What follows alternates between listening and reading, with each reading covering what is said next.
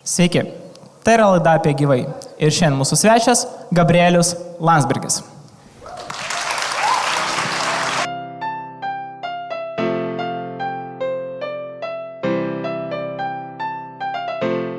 Tai va, šiaip prašiausi iš tikrųjų šiandien interviu ir nusiskutau ūsus, kad atrodyt jaunesnis negu jūs, bet matau, kad nepavyko. Nes jums netrukdo tas, jūs labai jaunai atrodot iš tikrųjų, jums tai netrukdo politikai? Aš mažai ką galiu padaryti to klausimu. Aš žiūriu mano sūnus, kuriam jau 16 metai, jis jau vyresnis atrodo už mane. Tai kol mes dar namuose susitvarkom autoriteto klausimus ir nekyla iššūkiai, tai viskas tvarkoja. Tai nebuvo taip, kad jūs ateinat pas sūnų, sakot, gal gali man nusipirkti alkoholio? Jau 2 metai dar ir gali būti, kad man teks jau prašyti. Na, jūs mėgstate išgerti? Ar mėgstu gerti? Išgerti kartais. Aš geriu vandenį. Nu, alkoholinis gerimas. Jūs geriate? Geriu alkoholį, žinoma. Tas žinoma nuskambėjo keistai, aš suprantu. Žinoma geriau, aš nenormalus, kad negerčiau.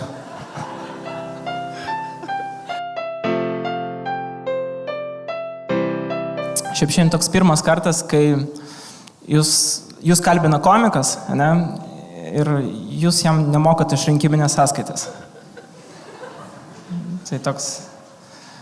Man visą laiką buvo klausimas, kodėl Katleris, kodėl ne aš? Nu, aš pigiau emu. Kaip čia korektiškai dabar atsakyti, sėdint čia kartu ant scenos, aš nežinau.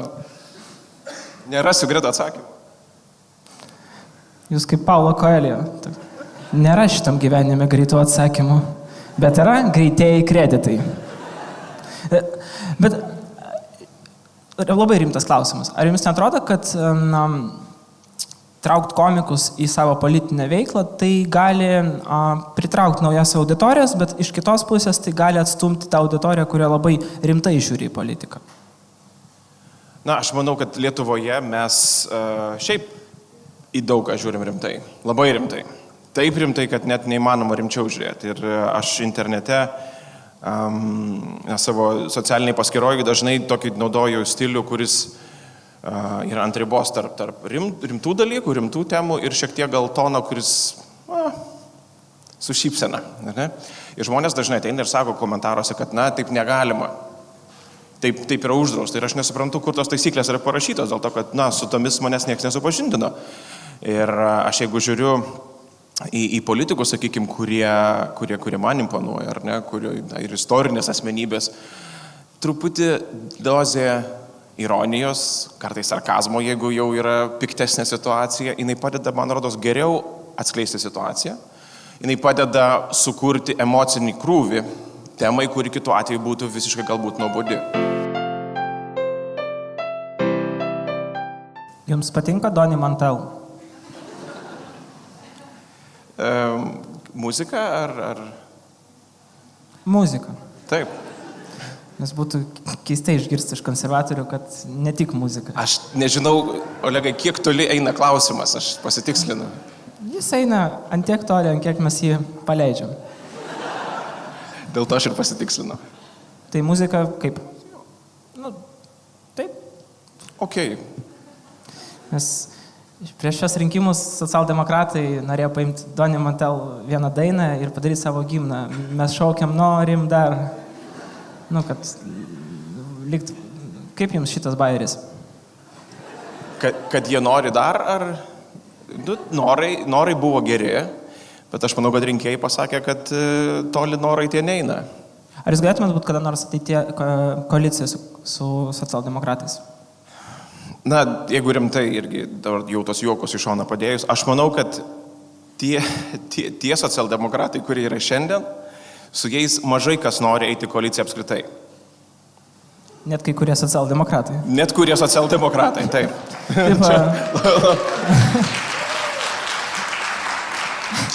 Kur tu ten, brangusis, varai, aš į darbą, kur tu ten dirbi, mes čia partiją turim, kokie socialdemokratai. ir taip pat išsiskiria, ne žmonės.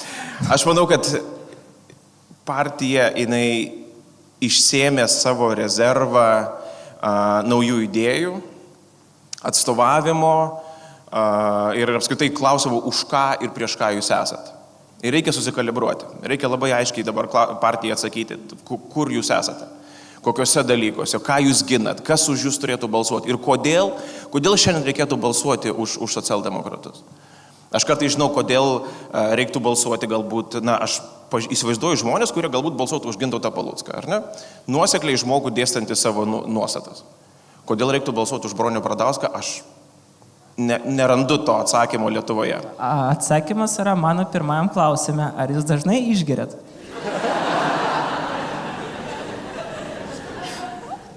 Jums čia Bronius Bradauskas. Reikia labai dažnai. Oficialus alkoholio logotipas jau 10 metų Lietuvoje.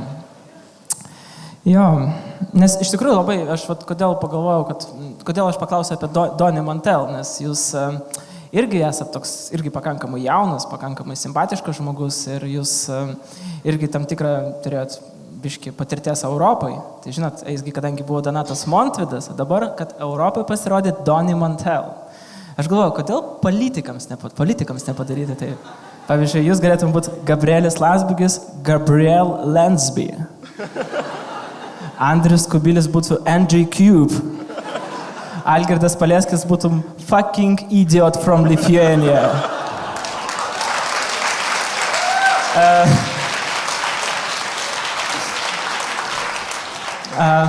Algirdas Butkevičius neturėtų savo angliško niko, nes neištartų.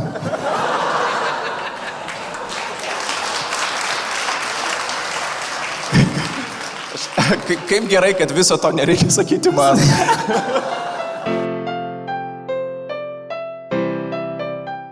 Jūsų senelis yra vienas iš garsiausių lietuvių Europoje ir iš vis vienas iš garsiausių žmonių Lietuvoje tikriausiai. Jūs esat vienas iš garsiausių jaunų politikų Lietuvoje. Kaip jaučiasi jūsų tėtis? Labai geras klausimas. Mano tėtis jaučiasi gerai, jis yra rašytojas ir režisierius. Ir aš manau, kad jisai puikiai jaučiasi darydamas tuos darbus, kuriuos jisai daro.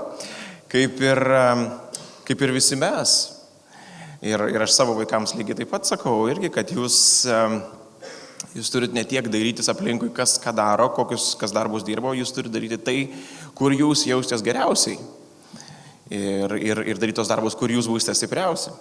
Tai aš džiaugiuosi savo, visa šeima, kuri iš tikrųjų yra panirusi darbuose ir savo srityse. Jūs mėgstat žiemą? Šiaip taip, nedaugiau ar nemažiau negu kitą sezoną. Jums būna šalta, nuoširdžiai. Pasakykite rimtai, būna šalta? Žinoma, būna. Duokit ranką. Jūsų ranka šilta, jo, pakankamai. Gerai, tą progą norėjau paklausti, kokia jūsų partijos pozicija dėl gėjų santuokų? Aš dabar bandau atsukti, kaip čia visą tai turėjo atrodyti. Tos kelios sekundės atgal. Čia skirtingos temas. Čia. Supratau, Oleg, atleiskit, aš iš tikrųjų nežinau, kodėl taip pagalvojau. Jūs pagalvojat, kad aš paėmiau jūsų už ranką.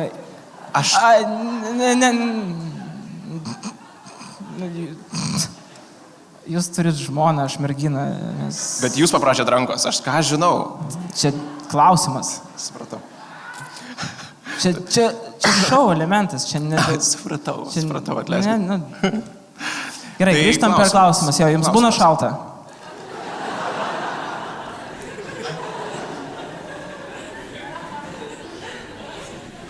Gerai, kitas klausimas tada. Bet aš nebėgau nuo to klausimo, tai jūs sakykite. Tai nebėgam, sustojam. Tai aš tik taip pakartosiu savo poziciją, kurią aš esu užsakęs, būtent čia pirmą kartą jinai nuskambėjo ant šitos scenos, tai aš manau, kad Lietuva turėtų būti pribrendusi naujam Seime priimti įstatymą dėl partnerystės, neskaitant to į skirtingas lytis. Ir dėl to, kad tai yra numatyta civiliniam kodekse, tas jau buvo, mes turime seniai pagrindą tam, tiesiog trūko galbūt supratimo, kodėl tai yra reikalinga. Ir aš manau, kad dabar jau to bus pakankamai. Kokią muziką jūs klausot? Aš klausau daugiausiai elektroninę muziką. O.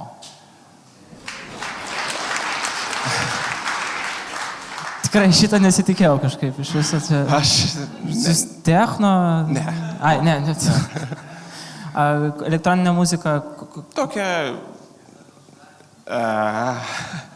Čia buvau, paskutinis koncertas, kuriame aš buvau, tai buvo Lofte. Turbūt prieš kokius gal 3 ar 4 mėnesius buvo Soliai. Tokia islandų vokalistė, dainininkė ir va, tai jau tokia muzika man labiausiai patinka. Lėta, tokia, sakoma, dark indie electronics. Tai yra tokia prislopinta. Bet man tai gražu, tokia rudens muzika turbūt. Šiaip mes turim daug bendrų su jumis labai. Ne, čia aš rimtai sakau, jūs studijavote istoriją, aš irgi studijavau istoriją. Jūs po to studijavot tarptautinius santykius, aš draugavau su mergina iš Lenkijos. Sveikinu. Irgi tarptautiniai santykiai, jo. Ja. Kokiais savo darbais per jūsų politinę karjerą, kai jūs nuveikėt, jūs didžiuojatės? Top 1. Būtent politiko laikotarpį, ar ne? Taip, kažkokią, vieną tokią išskirtinį kažkokią. Aš manau, kad skamba galbūt nuobodžiai, bet iš tikrųjų man tai buvo milžiniškas pasiekimas. Tai Europos parlamente Europos Sąjungos Rusijos santykių raportas, ataskaita, strategija, kaip jūs pavadinsit, kurią teko man rengti, pristatyti, dėrėtis dėl jo su skirtingomis frakcijomis ir galų gale patvirtinti Europos parlamente. Tai yra ir man asmeninis didelis nuveiktas darbas, bet tai ir Lietuvos buvo pripažinimas, kad Lietuva gali lemti, kokie bus ES ir Rusijos santykiai ateityje. Ir beje, to dokumento vis dar, nors jau yra 2 metai praėję nuo jo priėmimo, vis dar yra laikomasi. Ir jis kloja iš tikrųjų, pavyzdžiui, dėl sankcijų, kai yra svarstoma, yra atsiverčiamas Landsbergio raportas ir pažiūrima, kas ten buvo parašyta prieš 2 metus. Tai yra didelis įkvėpimas. Tai...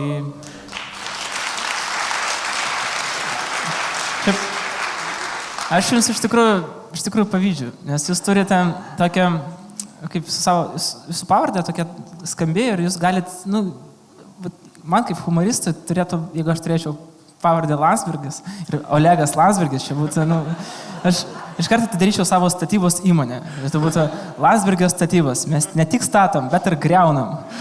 Aš ten, toks laukas būtų humorui ir aš jūs kartais pats mėgstat, kaip čia pasakyti, tą saviironiją, jums būdinga ir kokią nors įvykiai kažkokį gyvenime, kai jums tikrai tai padėjo? Saviironija apskritai yra vienas stipriausių dalykų, ką gali politikas turėti, aš manau. Jeigu aš galiu išeiti prieš auditoriją ir iš karto susakyti tai, ką auditorija mano, ko aš labai ypatingai bijau, tas mane padaro iš karto stipresnį. Tu labai jaunas, taip, aš labai jaunas. Tu anūkas, taip, anūkas. Tu kolūkius sugroviai. Ne visai aš, senelis, bet, sakykim, tvarkoj. Ką dar? Toliau galim kalbėti apie darbus. Tas iš tikrųjų atpalaiduoja. Ir jeigu aš, tai nedaug dievė, nevadinkit manęs anūku. Aha, tada, reiškia, mes tave pagausim, mes tave vadinsim ir taip toliau. Todėl ir tas skaudės, o kodėl turi skaudėti? Aš kažkada irgi savo tokį klausimą uždaviau, kai daug kas pradėjo tą visur, lyg etiketę klijuoti, bet aš pasakiau, mes visi anūkai. Olega, jūs anūkas esate, ar ne? Ir jūs anūkai. Ir ką dabar dėl to daryti man reikia? Aš galiu to kažkaip išsivaduoti? Ne, aš negaliu. Ir aš išėjau į mūsų, reiškia, buvo partijos suvažiavimas ir aš suvažiavimo metu, aš pasakiau, kad aš didžiuojuosi tuo. Iš tikrųjų, tai mane įkvėpia. Aš žinau, kad yra žmonės, iš kurių aš mokiausi. Ir aš žiūrėjau, kaip jie dirbo, kaip jie daro, kokius jie darbus daro, kaip jie tiki Lietuvą, kaip jie kuria ją. Ir tai man duoda stiprybės. Tai aš turėčiau to bijot? Ne. Ir tai toks prisėmimas, tvarko. Jeigu kas nors manys, kad čia yra tavo silpniausia vieta, ar būtent dėl to mes tavęs nepasirinktume, tebūnie. Bet aš būsiu buvęs nuoširdus prieš save, prieš jūs, prieš tos, kurie galbūt renka mane. Ar jūs vasarą su savo vaikais žaidžiat vandens karą? Taip. Tai savy savus?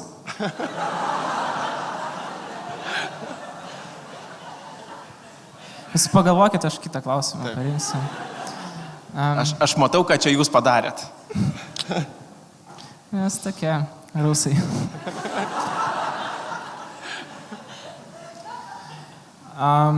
Jūs mokat kalbėti prancūziškai. Un petit peu. Tai mūsų rubrika Pakalbam prancūziškai. Bonsoir, Gabriel. Bonsoir, Oleg. La parler français.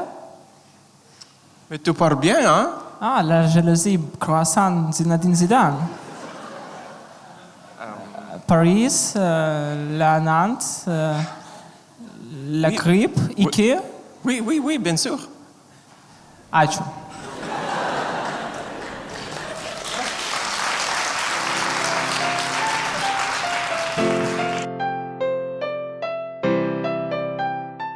Jūs kartais nebūna, kad jūs sėdėt namuose, jūs žiūrit televizorių šiaip. Taip, sykiais kartais. Žiūrit televizorių ir galvojat, jis pagamintas kur nors Vietname. Jis keliavogi pas mane iš Vietnamo, mano drabužiai tikriausiai kiniški, iš Kinijos. Čia medis, šitą medį kažkasgi turėjo atvežti, padaryti iš to baldą ir visas pasaulis yra taip susijęs. Tai va, tą progą norėjau klausimą, jūs kad nors bandėt rūkit žolytę? Žolytę rūkit bandėt? Rūkit žolytę. Aš visiems užduodu, nes pas mus tokia tradicija. Čia ne Lietuvoje, čia aišku, mes kalbam apie... Ką tai bendra su televizorių žiūrėjimu turi? Kad kartais viskas susiję.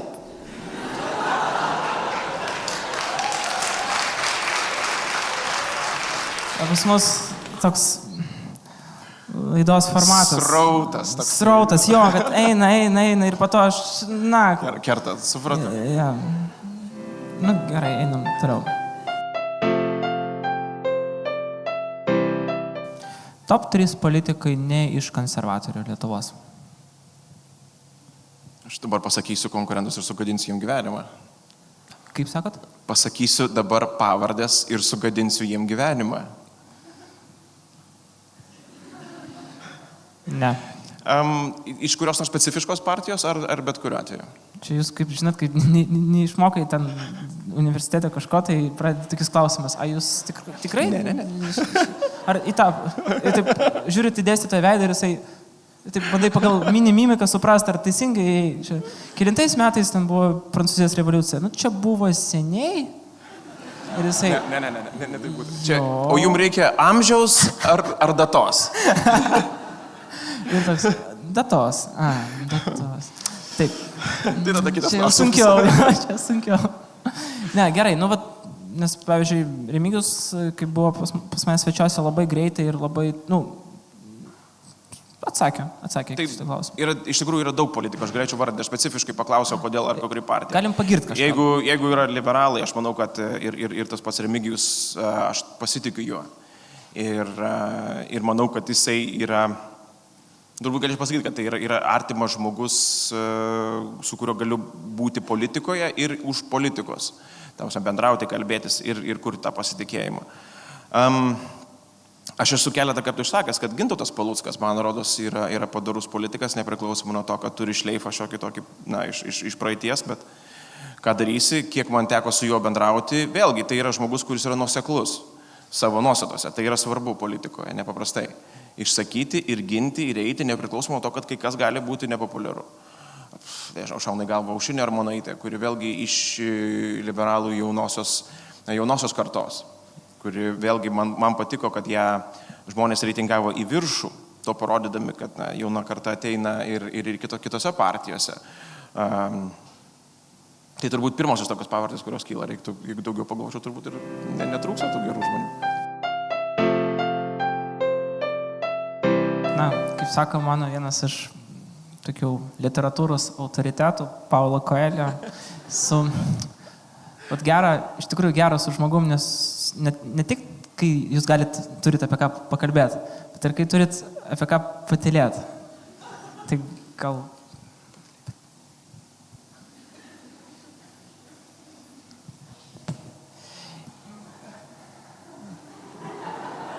live transliaciją darysit? Ne, tiesiog aš per ilgą tylą, man buvo šiek tiek. Dar vieną turim klausimą tokį iš interneto, labai rimtą. Jūs darote labai dažnai live streamus iš kofeino. Kodėl niekad nedarot kitose kavinėse? Vera Cafe kolektyvas.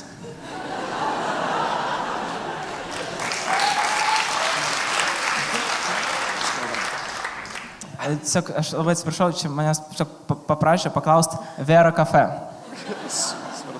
Tai, mėly Vera Cafe, aš atsiprašau, kad tai buvo pasirinkta kita kavinė.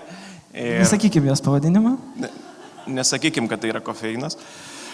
Iš tikrųjų, nes negalima tau. Ne, tai yra atsitiktinumas. Tiesiog tai buvo kavinė, kuri buvo patogi. Tiesiog daugiau pasiūlė. Atsitiktinai. Ne, Olegai. Tai nėra tiesa. Aš čia... aišku, netiesa. Tai tikrai netiesa.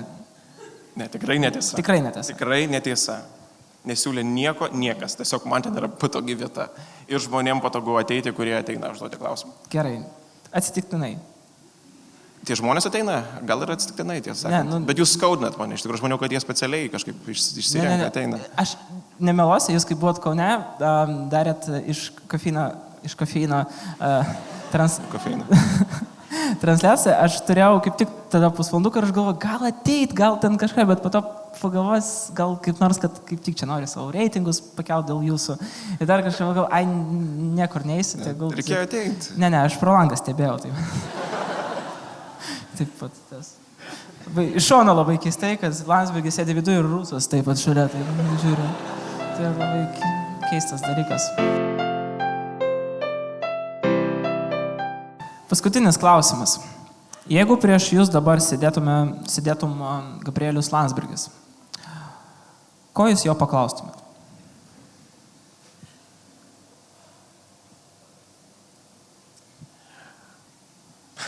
Žinau. Nežinau, turbūt kada pailsės galbūt, paklausčiau, kada turės laiko savo, galbūt šeimai daugiau. O ką jis atsakys? Tai jam būtų labai sunkus klausimas. Tai būtų tas, vat būtent čia tokia psichologinis žaidimas turbūt yra, ką savęs neužduodi savo. Nustumi vėliau bus to laiko kažkada, tai ir šiek tiek, žinai, kad į skolą viskas. Jo, kad kartais pagalvoju, kad kiek mes iš tikrųjų dėl darbų, dėl mūsų gyvenimo triukšmo, kiek mes iš tikrųjų tų svarbių dalykų tiesiog taip, aš jau 10 metų negaliu perskaityti tam tikros knygos, kurią aš prieš 10 metų jau reikia būtinai perskaityti. Bet jeigu jums, nežinau, rytoj laisvadienis tikrai nieko nereikia, kaip jūs jį praleistumėt? Su šeima. Nuobodžiausiai mano būdu. Tai atsikelti anksčiau, padaryti pusryčius vaikam, padėti jiem padaryti namų darbus, išsitraukti tą puzlę, kurie jau daugybę kartų prašė, kad aš su jais dėliočiau ir aš sakyčiau, tikrai tuoj, bet dar ne dabar. Pažiūrėčiau filmą vakare kartu ir galbūt visą tai, kas buvo atidėliota ir kur aš jaučiuosi, kad aš turiu skolą. Na ir jums patiko šiandien interviu? Ar jums patiko šiandien interviu? Labai. Labai. Ar jūs dar ateisit? Jeigu tik kviesit. Jeigu tik kviesim.